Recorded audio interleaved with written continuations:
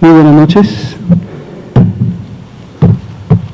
Son las 19 horas en punto del miércoles 9 de septiembre de 2020.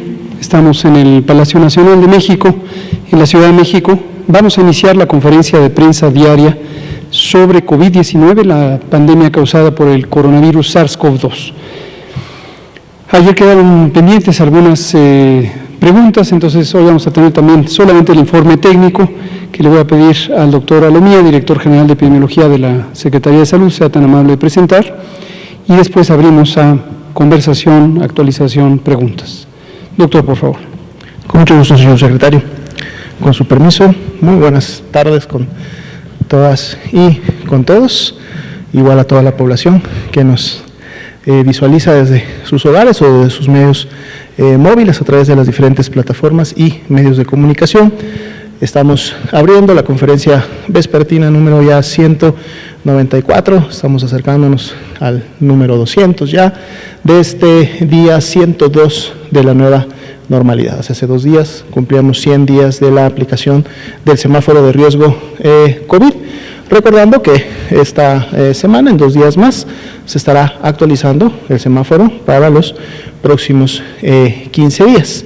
Y el llamado constante, continuo, que hacemos a la población en cada una de las 32 entidades federativas a informarse, ¿no?, de fuentes oficiales, esto es, fuentes de sus gobiernos locales, tanto estatales como municipales, de aquellas acciones que se están implementando y llevando a cabo para poder mantener la sana distancia como una de las principales medidas que contribuyen a la disminución de los contagios de COVID-19 y otras actividades o restricciones que se dan a los espacios públicos y a las áreas sociales, precisamente para evitar también de esta manera la transmisión. Entonces hay que poner mucha atención, porque en cada uno de sus municipios y de sus estados, que conocen de manera más directa y de manera más local cuál es la situación que impera en cada uno de ellos, pues aplican medidas muy en lo particular y muy enfocadas a la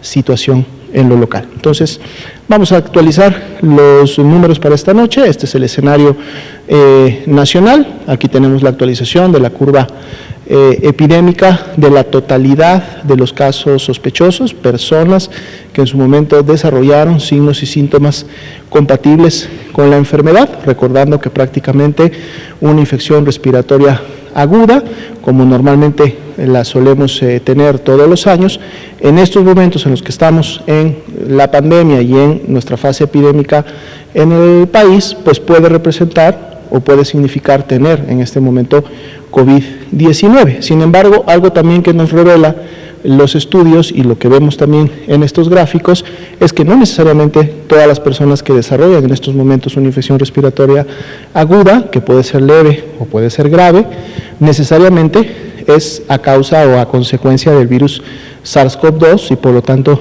tienen COVID. Por eso es importante dar seguimiento al porcentaje de positividad, que a la semana 35, que es la de hace 2 semanas, recordando que estamos cursando la semana 37, era del 41%, lo que quiere decir que no todo este 1.465.693 personas tenían COVID, sino más bien, y para la semana 35, el 41% de ellas, que para fines entonces de los casos confirmados que hasta el momento se han acumulado, para el corte de hoy son 647.507, porque además 734.649, prácticamente la mitad de todos los casos sospechosos, han salido ya negativos, es decir, su resultado ha sido negativo y por lo tanto son casos descartados de la enfermedad COVID-19. Y bueno, podemos ver rápidamente el comportamiento que han tenido los casos sospechosos en las últimas semanas. Veíamos ya ese descenso que inició en la semana número 30, que se estabilizó e inclusive tuvo un incremento en las semanas 33 y 34, y volvemos a ver un descenso ligero ya para el día de hoy de la totalidad de casos sospechosos en la semana número 35, y esa tendencia descendente precisamente del porcentaje de positividad que se mantiene, que continúa en todas estas últimas semanas. Vamos a ver la siguiente diapositiva. Actualizamos la estimación de casos, que es precisamente la curva azul claro. Vemos aquí mejor representada y más apreciable esta disminución de la que estábamos hablando a partir ya de la semana número 30 en adelante, una meseta que tuvimos entre la semana 33 y 34, y ya entre la 34 y 35 nuevamente una tendencia descendente que para el día de hoy miércoles todavía se mantiene, está en menos 9%, y esperamos que esta curva todavía tenga algunos cambios mañana jueves, un poco menos el viernes y un poco menos el sábado, que es cuando estaremos cerrando la semana, pero hasta el momento, ya para la mitad de la semana, todavía conservamos una disminución de menos 9% entre la semana 34 y 35. Así también las defunciones continúan con la tendencia descendente, siendo el comparativo de las últimas 2 semanas que aquí están graficadas de menos 41%.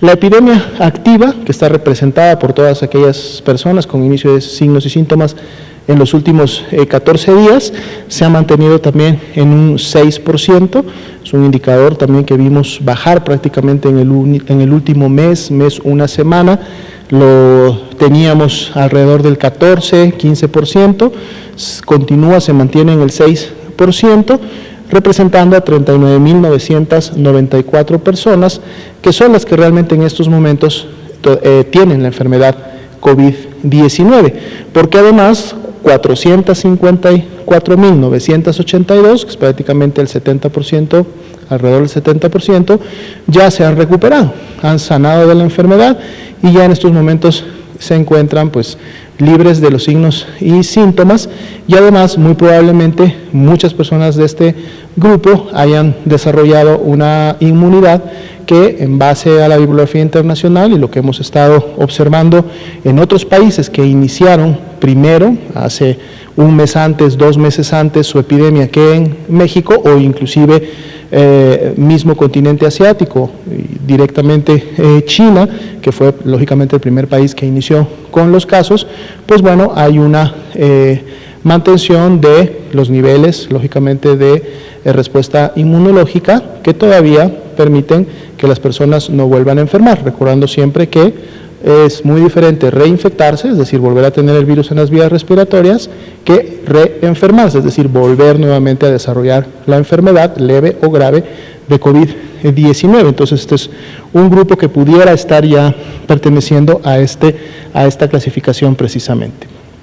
Vamos a ver la siguiente diapositiva, son la ocupación y disponibilidad hospitalaria en el marco de las camas generales, les decimos así, aquellas que se utilizan para los pacientes graves con signos de alarma o aquellos que necesitan iniciar con oxigenoterapia de manera oportuna, precisamente para evitar mayores complicaciones. Se ha mantenido similar al día de ayer, 33% de ocupación, destacando que prácticamente todos los estados tienen al menos 41% o más de disponibilidad, llegando inclusive a niveles de disponibilidad por encima del 90%, como son los estados de Chiapas y de Campeche. De hecho, a nivel nacional son 20.803 las camas que se tienen disponibles para este tipo de pacientes.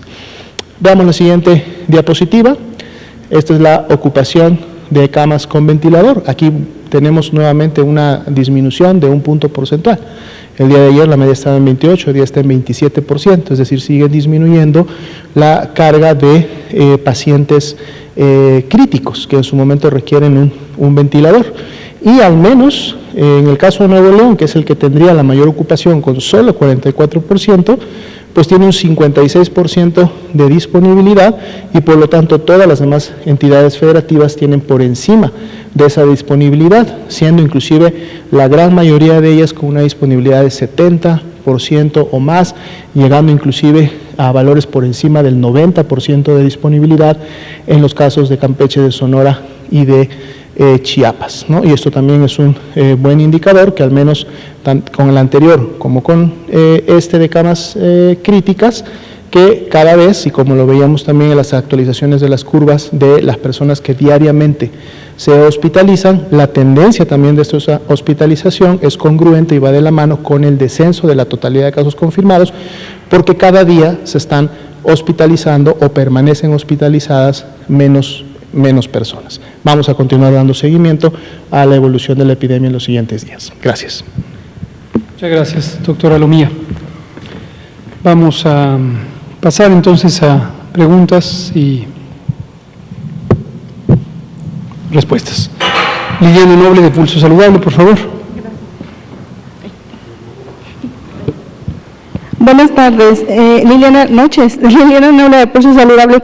Doctor Gatell, hoy en la mañana hubo un webinar donde 6 exsecretarios de salud hablan sobre el panorama o la visualización que ellos tienen de lo que ha sido hasta este momento la pandemia en el país. Y ellos presentan un documento que mencionaron hoy, que le iban a hacer llegar, no sé si usted ya lo tenga, si ya lo revisó, si ya lo vio. Es un documento que habla de cómo controlar la epidemia en 8 semanas y a través de 14 propuestas, con el único objetivo que ellos mencionan, y la preocupación es pues que no siga existiendo tanta cantidad de muertes. Y yo le quisiera preguntar justamente eso, si ya se pusieron en contacto con usted o con el secretario o incluso con el presidente, si ya pudo ver este documento. Yo quise descargarlo porque está en esta aplicación, pero se sigue descargando. Entonces no sé si sea mi celular o no sé si alguno de los compañeros también ya lo pudo haber descargado, y lo quería imprimir y enseñárselo, pero bueno, se sigue descargando. Entonces, pero bueno, me quisiera conocer su opinión, si ya lo sabe, etcétera. Gracias. Muchas gracias. No tenía conocimiento de que iba a ocurrir el evento, porque esto parece que lo promovieron a través de algunos diarios de circulación nacional, en particular el diario Reforma, les dio cabida. No conozco el documento, les mando un saludo, desde luego, con todo respeto, a la exsecretaria Mercedes Juan López, a los otros 5 exsecretarios que participan en ello, en especial al doctor José Ángel Córdoba Villalobos, con quien tuve el honor de trabajar durante la pandemia de influenza 2009, igualmente al maestro Soberón, que supongo que fueron a buscarlo allá a su casa. Estaré muy atento. Si una fórmula para, ¿cómo es el asunto? Resolver la pandemia en 6 a 8 semanas sería de gran valor. Yo creo que esto podría dar lugar a una, pues no sé, a una especie de patente, porque eso se necesita en todo el mundo. En el mundo entero la pandemia sigue activa. China fue el único país que hasta el momento ha declarado formalmente el final de la epidemia, como se dio a conocer ayer. El líder chino del gobierno chino hizo esta declaración. Ojalá que en el caso de China, dado que el gobierno ha tomado esa decisión de anunciar el fin de la epidemia, pues deseamos por la población de China que se conserve este propósito. Desafortunadamente, lo que hemos visto en todos los países del mundo, todos, absolutamente todos, es que la epidemia sigue activa. Lo estamos viendo ahora en Europa Occidental. Los países que iniciaron con la epidemia de manera más temprana, después de China, tienen ahora rebrotes de proporciones semejantes a el inicio de la epidemia. Su primer ciclo epidémico duró hasta 10 o 12 semanas, es decir, 3 meses. Tuvieron un periodo relativamente prolongado de aproximadamente otros 3 meses de ausencia de transmisión, y desafortunadamente desde mediados de agosto vuelven a tener transmisión. Difícil saber en este momento, o por lo menos sin tener los datos directos de estos países, cuánto tiempo y de qué magnitud será este rebrote. En otras latitudes, India, que es el segundo país más poblado del mundo, después de China, que tiene una población cercana al 18%, casi la quinta parte de la población mundial, muy desafortunadamente tiene ahora la mayor intensidad epidémica del mundo. Inmediatamente después de Estados Unidos, nuestro vecino del norte, quien tiene todavía una transmisión activa, en fin, prácticamente todos los países tienen estas epidemias. Si hay un grupo selecto de exsecretarios de salud y exsecretaria de salud de México que tienen la fórmula para controlar la epidemia en 6 a 8 semanas, pues leeré con gran interés el documento.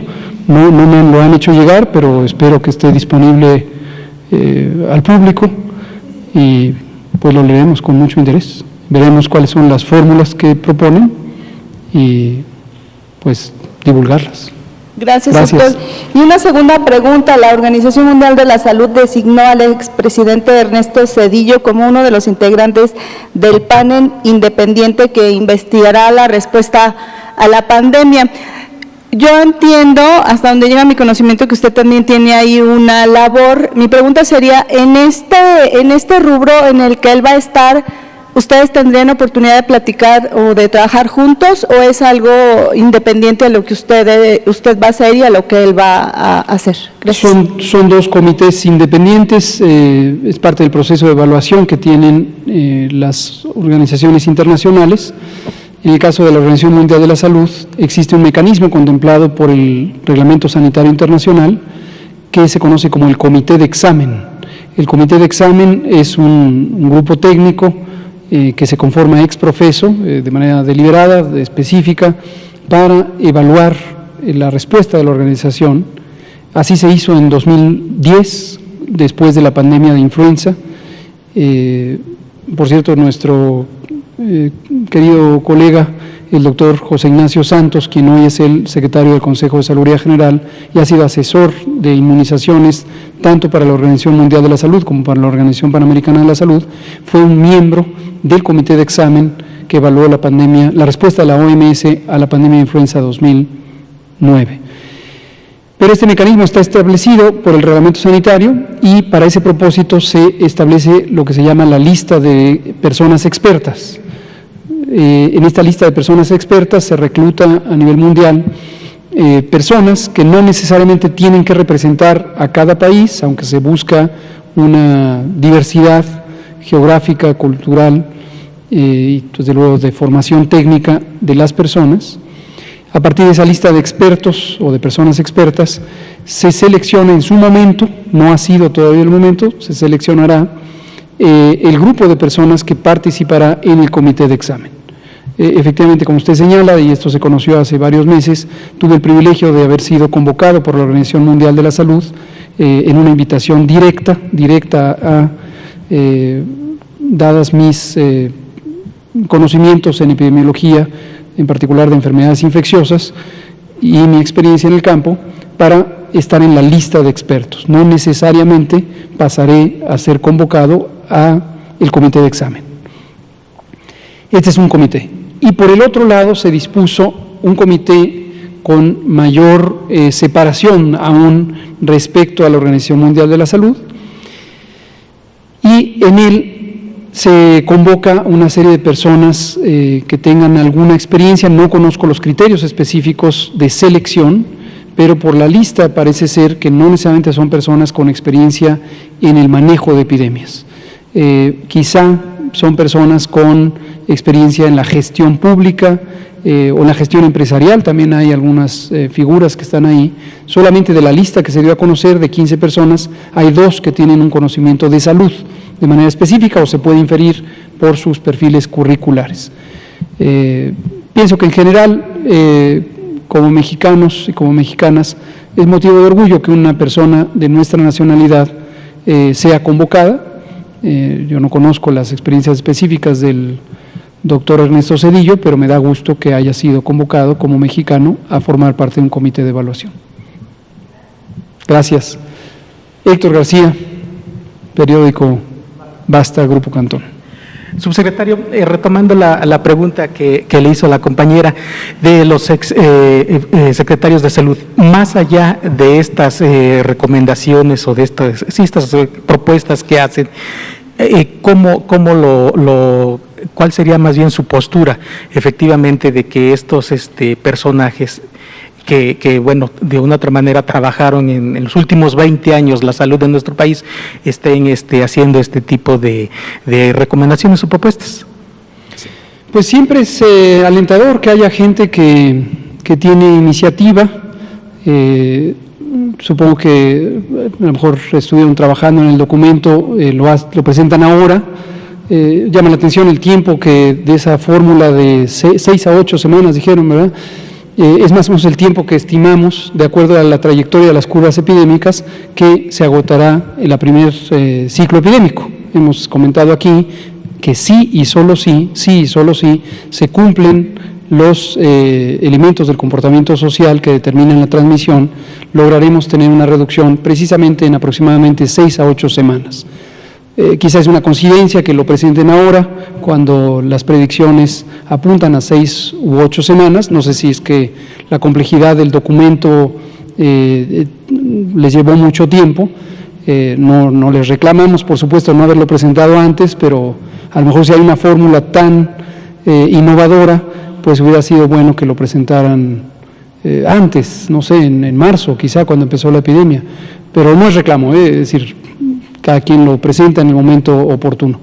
Entiendo que esta presentación la auspició un partido político, según me decían, el propio domicilio de identidad del documento tiene la dirección de Movimiento Ciudadano, ahí en la colonia Nápoles, donde está su oficina central, y parece que en la convocatoria del documento participan senadores y militantes de este partido Movimiento Ciudadano. No sé si esto tiene que ver con algún tema político propiamente dicho. Habrá que ver si estos secretarios y exsecretaria tienen alguna vinculación en ese sentido político. Hasta donde entiendo, según me dijeron, lo hacen en su actuar técnico, ¿no? Son gente técnica, quizá no tienen ninguna vinculación política, quizá tampoco tienen ninguna vinculación empresarial, por ejemplo, en la comercialización de medicamentos, de pruebas diagnósticas, posiblemente no. No conozco sus trayectorias en ese sentido, pero tomémoslo como una contribución filantrópica y pues en ese sentido se les agradece. Les mando un saludo a los secretarios. No sé si hablan, por ejemplo, de los hospitales, la carencia de hospitales quizá es un factor y a lo mejor es uno de los temas que abordan, dada la experiencia que tienen en hospitales, en construcción de hospitales y el desarrollo de la infraestructura física ¿no? Digo, por la experiencia que tienen, en particular el doctor Narro, por su experiencia reciente, ¿no? Bueno, gracias, Héctor. Daniela Pastrana.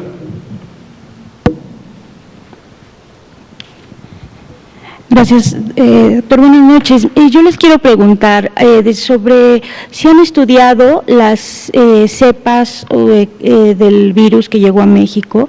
Nosotros hace como 10 días publicamos un trabajo a partir, de muchas cosas, pero nos llamaba la atención un estudio que salió muy recientemente en Italia, y que hablaba, concluían los científicos en Italia, porque estaban estudiando por qué Lombardía, que es una región que duró mucho tiempo con la epidemia muy alta, por qué ahí, no se podía controlar, y una de las conclusiones a las que llegaron es que habían llegado 4 cepas distintas del virus que inició en China, y que pues básicamente una era muy agresiva, y mientras estaban cerrando la frontera o los vuelos de China, pues ya tenían ahí el virus que venía de Alemania en esta cepa, ¿no?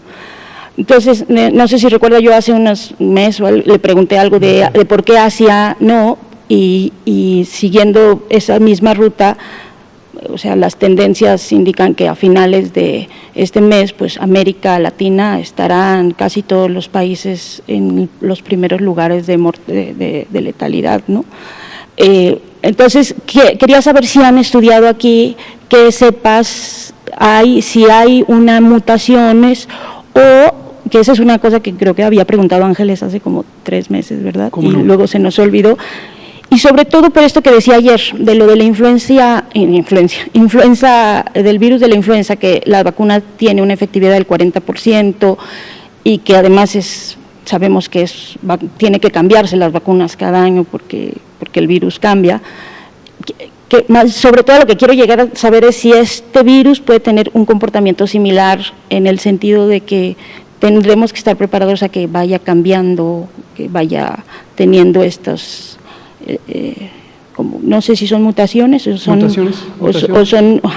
si es unas variaciones del virus. ¿Cómo no? Gracias, Daniela. Efectivamente, ya lo había usted preguntado y es muy útil que lo pregunte periódicamente porque periódicamente se puede informar sobre las mutaciones.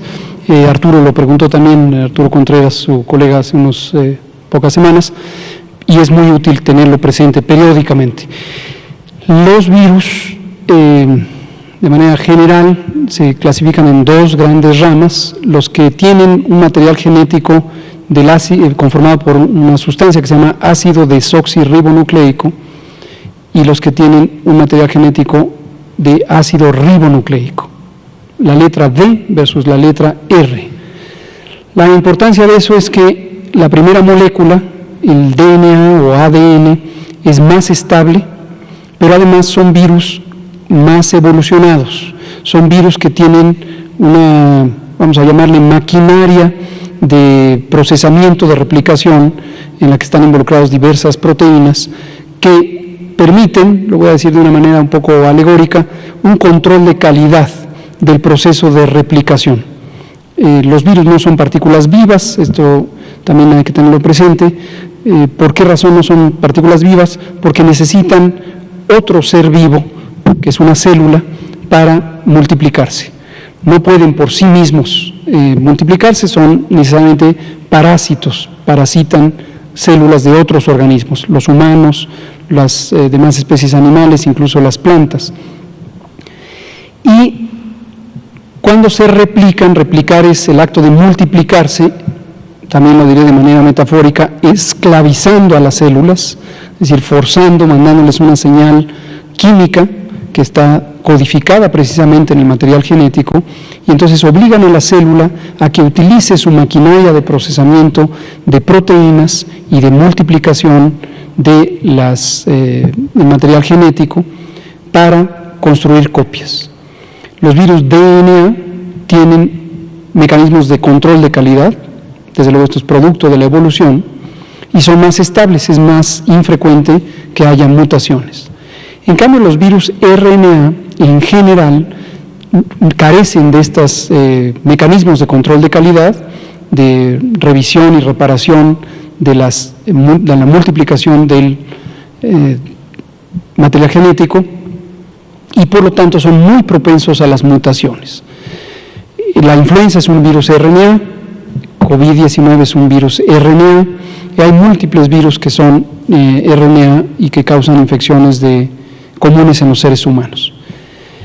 La longitud de la hebra de RNA en la mayoría de los virus RNA tiene un tamaño parecido, que es 40.000 eslabones, esto es como una cadena, y tiene 40.000 eslabones. Y como carecen de un mecanismo de control de calidad, en la replicación, cada 40.000 copias implica la probabilidad de que al menos una de los segmentos falle.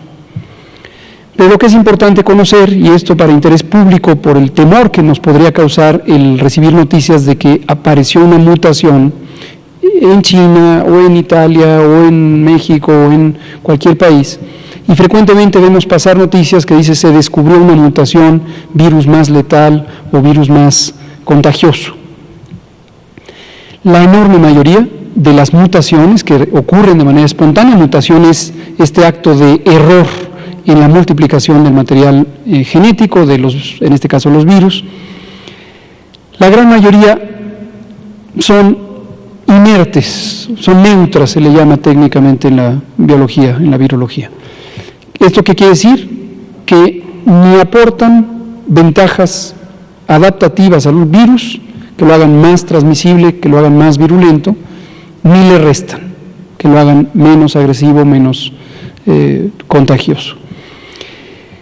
La probabilidad de que ocurra una de estas mutaciones que sí tenga un significado biológico es considerablemente baja. ¿Qué tan considerablemente baja?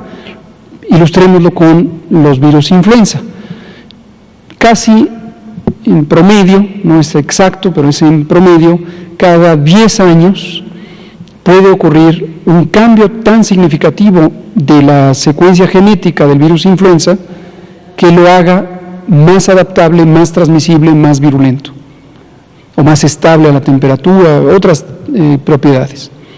De modo que sería improbable, para el caso de COVID-19, si es que asumimos que como buen virus RNA se comporta igual que todos sus parientes, sería improbable que en el curso de una misma epidemia tengamos la aparición de una cepa sustancialmente diferente que tenga ventajas adaptativas como para convertirlo en una cepa más agresiva, una cepa más virulenta. Nosotros hacemos vigilancia virológica en el INDRE y le voy a pedir al doctor Alomía, quien es el director del INDRE, por ser el director de epidemiología, si nos comenta sobre lo que nos da mucho orgullo, que es el trabajo del INDRE. Aprovecho para agradecer y felicitar a todas las químicas, químicos, biólogos, biólogas y demás personal, tanto técnico como científico, de nuestro querido Instituto de Diagnóstico y Referencia Epidemiológicos. Doctor. Doctor López-Gatell. Sí, de hecho, este es un trabajo que inició prácticamente desde el principio, inclusive uno de los primeros virus secuenciados fue precisamente el del primer caso en México, es decir, desde que se identificó el primer virus en territorio mexicano, desde ese momento se empezó con el procedimiento de ir seleccionando e ir secuenciando. Hasta el momento se tienen secuenciadas 63 genomas completos. Esto es un trabajo altamente especializado, requiere no solamente de la profesionalización y el expertise de los técnicos que participan en el procedimiento, sino además de equipo especial, ¿no? Secuenciadores genéticos, de hecho no hay muchos en México. En el INDRE contamos con 2 de ellos y están precisamente puestos al servicio de poder identificar estas secuenciaciones. Esto es importante porque además con estas secuencias México contribuye al Banco Mundial de Secuencias. Y esto es importante porque entonces de esta manera México pone a disposición de todo el grupo y equipo científico internacional lo que en su momento está circulando en el país, pero además a través de este banco México también puede conocer qué es lo que están circulando en otras partes del mundo. Y aquí una ventaja importante es entonces que al poder conocer qué está circulando y saber qué tenemos en México, podamos en un momento empezar a inferir o comparar de que lo que está circulando en México también previamente estuvo circulando en alguna región del mundo. Si ustedes recuerdan, por ejemplo, los primeros casos confirmados que tuvimos en el país tenían el antecedente de viaje a Europa y específicamente a un país que era Italia. Y efectivamente cuando se realiza la secuenciación genética de este tipo de virus y se hacen los comparativos correspondientes, esta técnica también nos permite confirmar que efectivamente esos primeros casos que se clasificaron en un primer momento solo basados en el antecedente epidemiológico como importados, efectivamente eran importados porque corresponden a la misma secuencia que en su momento se logró también aislar, genotipificar y subir este banco de datos de los casos que estaban circulando en Italia. Asimismo, por ejemplo, para la frontera norte, y de hecho es una investigación que está ya a punto de tenerse lista en material no solamente público, sino que además lo queremos presentar en una de estas conferencias vespertinas. Esperaría que los primeros días de la próxima semana podamos invitar a los expertos técnicos del INDRE que nos presenten un poco de cómo llevan a cabo su trabajo y por lo tanto qué es lo que han encontrado y lo compartan para que todos lo conozcan, precisamente como en su momento estas diferentes secuencias que se han encontrado, que hasta el momento también representan 5 clados, así se les dice técnicamente, que son variantes del virus, igual distribuidas en 10 familias, o sea 10 grupos que han estado circulando en el país. ¿Cómo se encuentran en este momento presentes? ¿Dónde iniciaron? ¿Hacia dónde se movieron? Y esto nos da una visión importante de cuáles han sido, por ejemplo, las regiones en donde ha habido, por asuntos precisamente de las dinámicas sociales o de la actividad que hay entre estados y entre regiones, en donde entonces se han identificado estas diferentes áreas donde circulan estas familias, estos clados, que lógicamente en la medida que va avanzando la epidemia se van dispersando y las empezamos a encontrar cada vez en más y más y más estados. Al principio de la epidemia, bastante regionalizado, ya luego después empezamos a encontrar en diferentes partes del país, y bueno, esto también permite evidenciar un poco cómo ha circulado y cómo se ha dispersado. Hasta el momento, al menos de estos 63 genomas que se han de manera completa secuenciado, no se ha encontrado, por lo menos para el territorio mexicano, todavía una relación, por lo menos directa o apreciable, con casos más graves, casos críticos, o que alguno de estos linajes o algunos de estos clados esté relacionado a la generación de mayor letalidad, por ejemplo, o de mayor gravedad. Realmente no hay una relación como tal, pero lógicamente esto es parte también del proceso de seguimiento. Entonces, en la medida que se vayan cada vez teniendo más y más información y entonces se tenga un número de casos mayor, podrá ser mejor el análisis estadístico de los mismos y empezar a encontrar si tenemos alguna precisión de ese tipo, ¿no? Entonces se va a seguir investigando y comprometemos a que en los primeros días de la próxima semana se presente completo esta investigación y cómo va hasta el momento. Gracias, gracias doctora Lunía. Araceli Onday, Canal 11. Pero ¿cómo se puede citar? Gracias. ¿Cómo se puede citar para que entiendan, en un lenguaje no tan técnico? Son 63 genomas, de estos se desprenden 10 grupos y son estos 10 grupos los que están circulando en todo el país. ¿Cómo se puede citar en una frase lo que acaba de decir? Gracias. De hecho, estos 63 genomas precisamente representan a 63 casos confirmados, ¿no? Empezamos con 63 personas que en su momento desarrollaron signos y síntomas, se les tomó la muestra, se confirmó y entonces ahora de esa muestra que se obtuvo y que fue positiva, esas 63 muestras positivas se pudo aislar, rescatar el virus como tal, y entonces este virus entró al proceso de genotipificación y de buscar el genoma. Como sabemos, los virus están compuestos, como explicaba hace un momento justo el doctor López-Gatell, de estos diferentes componentes. Entonces los equipos tienen la capacidad de poder identificar cada uno de estos componentes y entonces generar un mapa de cómo está compuesto todo el virus. La ventaja o el resultado de poder tener este mapa completo, por eso se dice que es un genoma completo, es decir, lo que se hizo en el INDRE fue tomar el virus y revisarlo, mapearlo completamente, conocer toda su estructura, permite entonces hacer estas comparaciones con virus que en otras partes del mundo han realizado el mismo procedimiento, entonces por lo tanto tener esas comparaciones. Cuando a su vez se conoce la composición total del virus en función de las características, o sea del orden de cómo están todos estos elementos distribuidos, se pueden ir organizando precisamente en familias o en clases. Entonces cuando se habla de que estos 63 pertenecen a 10 familias, quiere decir que 11 de ellos eran similares a una familia, 5 eran a otra, 22 eran otra, y en total sumaban lógicamente los 63, por lo tanto estos 63 se subdividen en 10 familias identificadas hasta el momento. Esto lógicamente no deja de lado que en la medida que se vaya secuenciando más, pudiera encontrarse una 11ª familia, una 12ª familia, o que las que vayan saliendo se vayan acomodando y pertenezcan a estas primeras 10. Gracias, doctora Lumía. Carlos Avaroa, 1+1.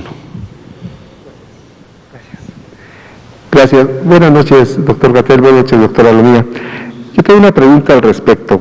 ¿Qué ha pensado el secretario de Salud, el subsecretario responsable de este punto de la pandemia, en el pronóstico para lo que viene en el siguiente semáforo epidemiológico? Los estados que están en color amarillo, que sobre todo son estados, varios de ellos son estados que tienen playa, que tienen destino turístico, por ejemplo Cancún, ya aperturaron las playas. Las imágenes que han pasado algún noticiero estos días, hay control, había 200 personas en una playa de Cancún, sin embargo esto tiende a crecer totalmente, ¿no?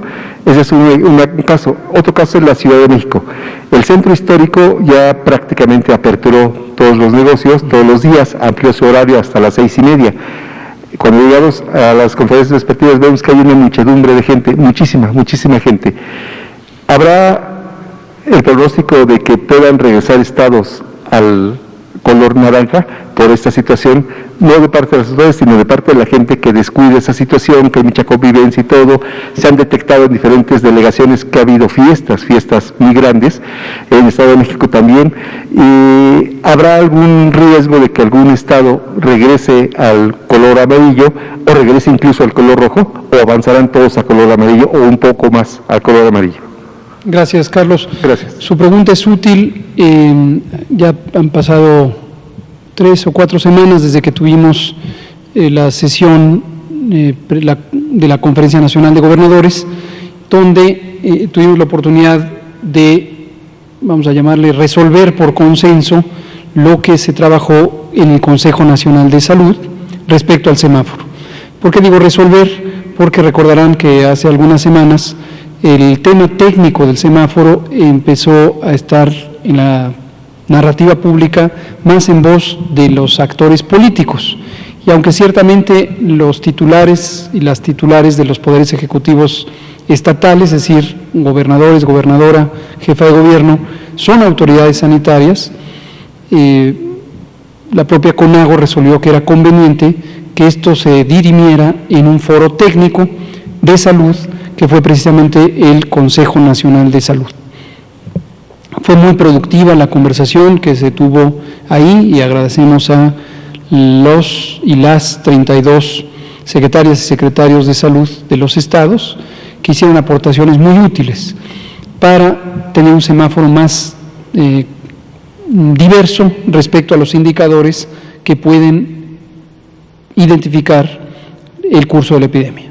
¿Se acuerdan que lo presentamos aquí? Hablamos que pasamos de 4 indicadores a 10 indicadores. Se incorporó, por ejemplo, algunos que tienen que ver con mortalidad, con la magnitud absoluta de la epidemia, independientemente de su trayectoria en términos de la tendencia en el cambio de los casos. Lo mismo con la hospitalización. Entonces, ¿por qué me remonto a esto? Primero porque quiero aprovechar para agradecer, que ayer no lo hice en la mañana, al gobernador Juan Manuel Carreras de San Luis Potosí, por el trabajo excelente que hizo al frente de la CONAGO, como presidente de la CONAGO, de coordinar todo este diálogo y dejar en claro que la intención del Gobierno de México es trabajar de manera coordinada con las 32 entidades federativas, como lo mencionábamos ayer a propósito de la pregunta de qué implica el retiro de 10 gobernadores de la CONAGO. Pero entrando en la pregunta, una de las inquietudes, por eso me remonté también a esto, que se mantuvo durante varias semanas, era la situación definitivamente frustrante para los poderes estatales de encontrarse con que el semáforo regresaba a un nivel de riesgo mayor. Por ejemplo, un estado ya estaba en color naranja y regresaba a rojo, cuando tenía la expectativa de estar en naranja. O incluso ocurría que algún gobernador salía públicamente a decir, mañana estaremos en naranja, y cuando venía el conocimiento de lo que se había evaluado, resultaba que no era así. En todo momento el diálogo fue amplio y también fue muy útil tener una conversación considerando los 2 elementos del manejo de la epidemia, los 2 elementos mayores: disminuir los contagios, por lo tanto los casos, por lo tanto las hospitalizaciones, por lo tanto las muertes, y por el otro lado, cuidar la economía, la actividad social, para que no haya daños económicos, que irremediablemente los hay en todo el mundo por el hecho de que se mantiene el confinamiento. Conciliar estos dos es una gran complejidad. Como comentábamos el martes por la mañana en la conferencia matutina del presidente, no hay una fórmula única. Bueno, ahora hablando de fórmulas mágicas, voy a ver si estos ilustrados exsecretarios lo tienen. La verdad es que me causa una enorme... Saliendo de aquí voy a ir a buscar el documento, porque si en 6 semanas se logra eliminar la epidemia, quiere decir que hay una fórmula que el mundo entero no ha considerado. Bueno. Perfecto, muchas gracias. Lo vamos a leer hoy mismo en la noche. Espero que no sea muy extenso, si no, bueno, lo tendremos que leer en varios días o poner un equipo a leerlo. Pero me da mucha curiosidad, una fórmula que en 6 a 8 semanas logra resolver un problema que afecta al mundo entero. Asumo que ya lo han sometido a consideración de la Organización Mundial de la Salud, quizá le vamos a pedir también al canciller Marcelo Ebrard que nos ayude a difundirlo entre el Servicio Exterior Mexicano para que todos los países se beneficien de esto. Pero regresando aquí al tema del semáforo, precisamente una de las complejidades del manejo epidémico es si se reduce la movilidad en el espacio público, lo que le llamamos el confinamiento, nuestra Jornada Nacional de Sana Distancia, si se reduce al máximo, literalmente movilidad cero, posiblemente por la dinámica, a lo mejor eso es lo que están considerando, ahora estoy identificando por dónde va la cosa. Si todo el mundo se queda en su casa, todo el mundo, literalmente todo el mundo, por la dinámica de transmisión, los tiempos de incubación, aproximadamente en 6 semanas se extingue la epidemia. Pero eso requiere que todas las personas, absolutamente todas, estaríamos en México hablando de 126, casi 27 millones de personas que no se muevan, que no salgan de su casa. Ahí vamos. Entonces, eso, en principio, más allá de cuando vuelvan a salir o volvamos a salir, imagínense ustedes durante 6 semanas que nadie esté fuera de su casa. Nadie es nadie, no es muchos, es nadie, 127 millones de mexicanas y mexicanos. ¿Cuál sería la consecuencia en el lado social y económico? Querría decir todas las fábricas, todas, nada que actividades esenciales y que la producción de alimentos y que los servicios públicos y el agua y el alcantarillado y la iluminación, la seguridad pública, el ejército a su casa, a sus cuarteles, las policías locales, estatales a sus cuarteles, los aeropuertos clausurados, 6 semanas. Imagínense. Entonces, eso sería lo que teóricamente aquí extingue la epidemia en 6 semanas, pero acá, pues es un colapso. Es un colapso.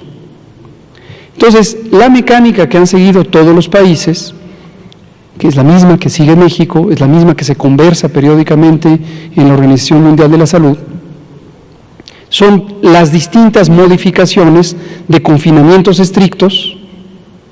Yo creo que el planteamiento de que todos se queden 6 semanas en su casa es desde luego una referencia teórica en el mejor de los casos, porque no pueden colapsar las sociedades. Entonces, respecto al semáforo, precisamente eso es lo que ocurre cuando se hace la estimación del riesgo COVID, se consideran los parámetros de la transmisión de la enfermedad, de la intensidad epidémica, de la ocupación hospitalaria, de la capacidad residual, ahora también de la mortalidad, las trayectorias, las magnitudes absolutas, etcétera. Y lo que han comentado los gobiernos estatales es, y del otro lado, en la parte económica, ¿qué indicadores podríamos tener sobre el daño a la economía? Si viéramos la economía como un fenómeno, como un paciente, vamos a pensar que es una persona enferma, uso aquí una metáfora que le he escuchado a mi querido amigo y compañero subsecretario Ernesto Acevedo, subsecretario de Economía, de Industria, Comercio y Competitividad, que es el estado de salud de la economía. Y entonces hay que estar encontrando los balances. Técnicamente, claro que puede ocurrir que un semáforo de riesgo COVID que estaba en naranja ahora pase a rojo, que uno que estaba en amarillo pase a naranja, incluso que uno que estaba en amarillo pase a rojo, porque el semáforo de riesgo COVID lo único que hace es una apreciación objetiva, numérica, basada en la evidencia documental de la información que producen los propios estados sobre el curso de la epidemia. Entonces sí puede pasar. ¿Qué tan deseable es que pase? Es deseable en la medida en que daría una señal de precaución o de alerta para decir, cuidado, si se sigue desconfinando a esa velocidad, puede haber rebrote. Esto lo hemos dicho múltiples veces. Todos los países del mundo, al interior de cada país, todos los estados, al interior de cada estado, todos los municipios están en riesgo de rebrote, mientras no se acabe la epidemia. Bueno, ahora, si la fórmula es aplicable, en 6 semanas se acabaría, quizá en el mundo, si todos aplican esta fórmula, pero mientras no se acabe, puede haber reingreso del virus, puede haber rebrotes, como está ocurriendo ahorita en Europa Occidental, ¿no? Entonces, ¿qué volvemos a decir? Preparémonos para una epidemia larga, lo dijimos al inicio de la epidemia, hablamos de un periodo de febrero hasta octubre, como una ola inicial, una curva lenta, una curva plana, producto de la mitigación comunitaria, donde 80 millones, no 127, pero sí 80 millones de personas salieron de la circulación pública. Muchas gracias, Carlos. Gracias, doctor. Por favor. Otilia. Buenas noches, Otilia Carvajal de La Razón. Hoy se anunció que Rusia va a venderle a México 32 millones de dosis de su vacuna y que en este caso llegarían en noviembre, solo si los reguladores sanitarios, en este caso COFEPRIS, lo autoriza. ¿COFEPRIS tiene una fecha límite para hacer estos análisis y ver si autoriza la vacuna, o en este caso se podría prolongar su llegada si requieren más tiempo para estudiarlo? Gracias. Muchas gracias. La pregunta es útil y es muy importante que todo el mundo lo tenga claro. Primero, cuando se anuncia que una empresa, acaso pública, como pudiera ser el caso de una empresa en la que hay patrocinio del gobierno de un país, o privada, pero con el apoyo diplomático de un país, pero entonces se identifica el país, la vacuna rusa, no se identifica la empresa Peringanatad o el instituto, que es un instituto público de salud pública que ha hecho la investigación correspondiente y que posiblemente comparte los derechos de propiedad. Segundo, lo que está ocurriendo, de acuerdo con las noticias, es que el gobierno ruso, que es quien ha estado promocionando su vacuna, ha hecho acuerdos preliminares, todo esto es la información pública que conocemos, con una empresa mexicana que se dedica a la distribución de insumos y a la fabricación y operación de ciertos equipos técnicos, por ejemplo, de diálisis. Ha sido el giro principal de esta empresa, llamémosle comercializadora o distribuidora o de logística de equipos e insumos para la salud. Hasta donde se conoce, el propósito de este acuerdo es que el gobierno ruso tenga un mecanismo de distribución de la vacuna, y en este caso la distribuidora es una distribuidora privada, no tiene nada que ver con el gobierno de México. La operación de los acuerdos, asumiendo que se cumplen todos los requisitos de ley, pues el gobierno no tiene nada que decir al respecto, qué bueno que se haga, porque eventualmente podría facilitar el acceso a la vacuna. Mañana vamos a tener una reunión precisamente con el gobierno ruso para comentar sobre la vacuna rusa. Pero este caso concreto, o cualquier otro, y se hable de 32 millones, o de 50, o de 100, o de 2 millones, cualquier cantidad de dosis, todas indefectiblemente tienen que pasar por la verificación sanitaria, por el proceso de análisis de riesgos sanitarios. Y en COFEPRIS existe una entidad que se llama el Comité de Moléculas Nuevas, que es un comité de personas expertas, científicas, que deben tener independencia respecto a cualquier otro interés, por ejemplo, comercial. Deben. ¿Por qué lo enfatizo tanto? Porque sabemos que en el pasado no era necesariamente el caso, pero ahora sí lo estamos cuidando mucho. Las personas que participan ahí no deben tener ninguna relación con entidades comerciales sobre los productos que evalúan. Y este comité, aunque no tiene un carácter vinculante, es el que le recomienda a la Comisión de Autorización Sanitaria, que es una de las comisiones de COFEPRIS, que se encarga de dar la autorización, el dictamen de autorización. No ha ocurrido en la historia del Comité de Moléculas Nuevas, excepto en una ocasión, que la comisión correspondiente actuara en un sentido diferente a la recomendación. Desde luego aquí vamos a cuidar mucho que la recomendación esté amparada en una rigurosa evaluación científica. Las personas que están participando en el Comité de Moléculas Nuevas son personas con integridad, son personas competentes, conocedoras de los distintos temas. Cada sesión del comité se adapta también a las realidades de lo que se va a evaluar. Y los tiempos para resolver sí están normados, están marcados por ley, con respecto a la fecha de entrada del trámite de solicitud de autorización sanitaria. Si la autoridad está obligada a resolver, en ese momento no recuerdo cuál es el tiempo estipulado para resolución, pero son un par de meses o 3 meses, vamos a suponer, más o menos de esa magnitud, desde que se ingresa el trámite de solicitud. Ahora, ¿qué puede ocurrir? Que se ingresa un trámite, pero la evidencia científica no es suficiente para poder recomendar por parte del Comité de Moléculas Nuevas y por lo tanto resolver por parte de la Comisión de Autorización Sanitaria y de la persona titular de COFEPRIS que se le da un dictamen favorable. Entonces hay una figura en la que queda pendiente o queda en revisión sujeto a una segunda emisión de evidencia. Es decir, se le niega, queda temporalmente sin la autorización. Si hay más evidencia y la evidencia es convincente y cambia el criterio, se dice, bueno, ya satisfizo la evidencia necesaria para saber que tiene calidad, seguridad y eficacia. Entonces se procede. Lo enfatizo por lo que hemos venido diciendo.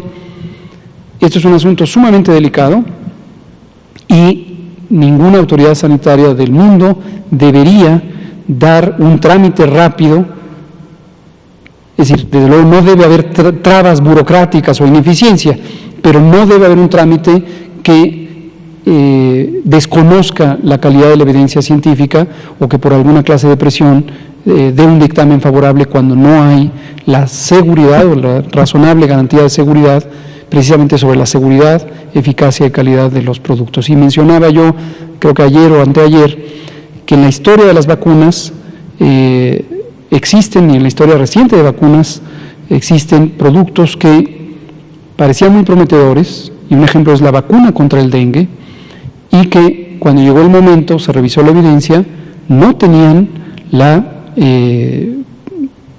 eficacia esperada, pero posteriormente se encontró que tampoco había las condiciones de seguridad. Es una historia amplia, un día la platicaremos quizá en otro contexto, pero vale la pena echarle un ojito porque México ahí tuvo un papel muy característico. Esto fue en 2015, fue en el sexenio pasado, y ha sido sujeto de una controversia internacional interesante. Muchas gracias. Nos queda un minuto, entonces ya no da tiempo, exacto. Son las 19:59, muchas gracias. Aquí terminamos la conferencia de prensa del miércoles 9 de septiembre. Muchas gracias.